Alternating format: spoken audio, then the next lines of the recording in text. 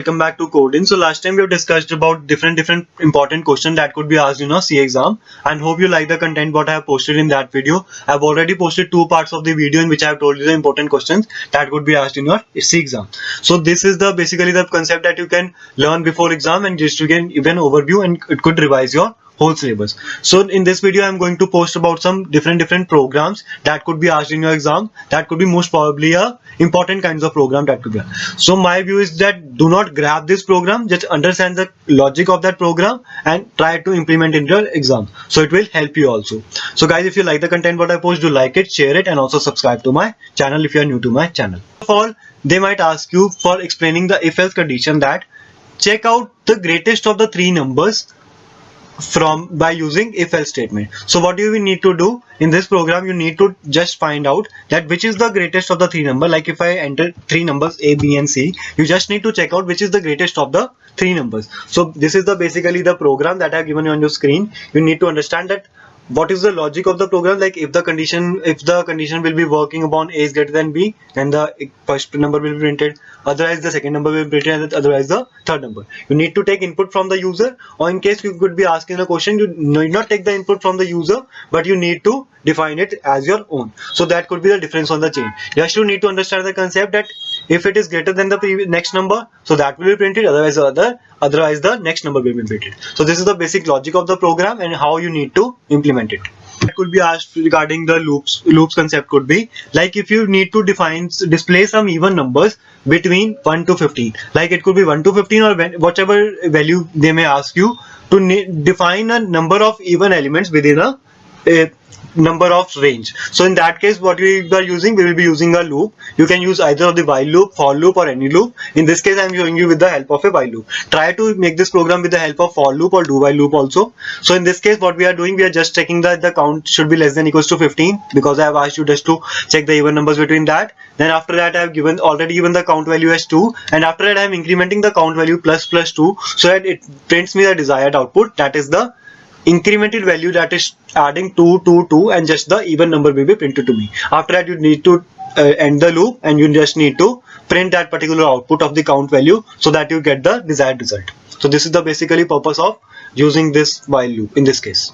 So Fibonacci series, as you all know, it starts with 0, then we will add 1, so that will add previous the both numbers and give me the next result. So this is basically what is the Fibonacci series. So this is the desired code for whenever we are writing a Fibonacci series number, like what the variables we have to define. After that, we will give some terms, that how many terms till the user want to enter that Fibonacci series, or you can already be given that Fibonacci series. After, in the while loop, we just need to check that the count value should be less than equals to the particular number of items that the user entered.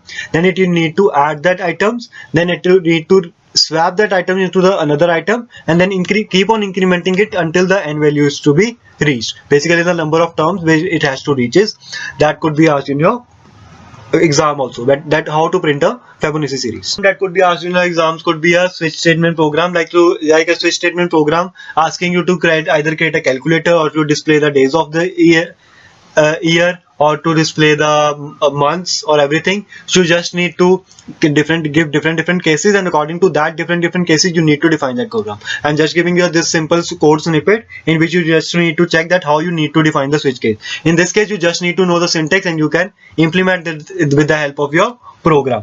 There is no hard and fast rule in this thing. You just need to understand the syntax, and you will be able to perform this program. That can be asked from a functions. This could be like create a function in which you need to add two numbers. So just what we need to do, we just need to define first of all what are the prototypes and what is the definition that we need to define the function, and accordingly that we will get an input from the user, and after that what we will do, we will pass a value to the function in the calling, and in that case we will assign the value to the function and accordingly add the number. You could be asked any of the program with the help of using a function, that you just need to define your own user defined function used in it and just implement that. So in that case, you just need to check out the different logics that you have, and you need to understand that and perform that function accordingly. That is how we can add two matrices, how we can subtract two matrices. That could be asked in your exam, like using with the help of arrays. So basically it is a part of an array in which you need to add two matrices or you need to divide two matrices. In that case, you need to first of all define the arrays, and accordingly you need to give the array name and all, and after that you need to enter the values of the array and you need to add the matrices. So that could be most probably a question that could be asked in exams regarding the array, that how you need to define an array and how you need to work with an array of a matrix. So when we are talking about the transpose of the matrix, transpose of a matrix basically means to interchange the position of the matrix, that first of all the matrix could be in which way and it moving into the another matrix. So this kind of program could be asked. You need to define first of all the rows and columns. After that, take the elements of the array. That's up to you if you can define the rows and column already. And after that, you need to transpose that matrix into the another array, and according to that you need to use a while loop or for loop, whichever loop you want to use, and you need to print the second array in which you have transposed the matrix to get the desired output.